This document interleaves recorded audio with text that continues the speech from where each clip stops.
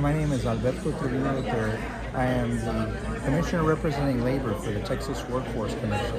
What's today been all about, Commissioner? Today's been about celebrating a grant for high-demand job training that is a collaboration between Workforce Solutions, Rio Grande Valley,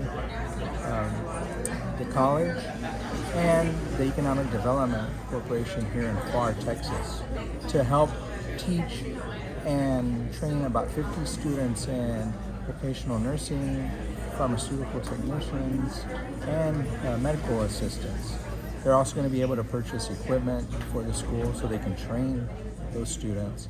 It's not only going to help them in a high-demand career pathway, it's going to help them establish security for not just themselves but their families, but also help the community in general by providing quality health care for the citizens of the Rio Grande Valley.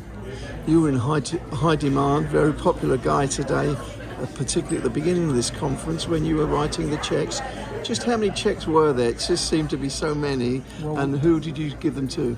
Okay, we gave it to here for Rio Grande College, but we did one, but it's in collaboration with the Economic Development Corporation. They matched that grant. So there was the two checks. So one was from the Texas Workforce Commission, and the other one was from the Economic Development Corporation here in Pharr, Texas. And so you look at things from the state level, just how serious, I mean, we've got RGV College based here in Pharr, and they are training nurses, that's their forte. How serious is the shortage of nurses across the state and also here in the Valley? Well, it's especially higher here in the Valley, especially from the statistics that one of the presenters presented. But throughout the state, it's high, not just because of the training that's involved, but also the hours that I would imagine are involved. And then we have also the aspect of who's going to train the nurses. And it's just a problem that is being addressed, and they said hopefully that shortage will stop by 2036. But those are just some of the statistics that were presented here today. Do you have any solutions that maybe where you require help from the legislature next session? Would you have a legislative agenda where you could do with maybe more funding or something? As far as Texas Workforce Commission, we work with the legislator for different funding. On this aspect, there are other entities that would be able to address that, but we always are trying to work to make sure that citizens of Texas have a pathway to a great career, especially high-demand careers as they're always evolving.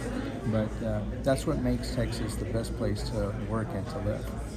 Any other big projects or programs you're working on that you'd like to tell the viewers about? Not particularly, but we're always looking at things of energy, public safety, public health, and education. So those are, the typical big ones that keep Texas moving and growing and drawing that infrastructure here to Texas. Anything else you'd like to add? Well, I just wanted to thank you for being here as well, showing the collaboration that happened here in this community and that's happening across the state of Texas. And that's what makes it a win-win for the state of Texas. Thank you so much, Commissioner, for today's interview. Thank you.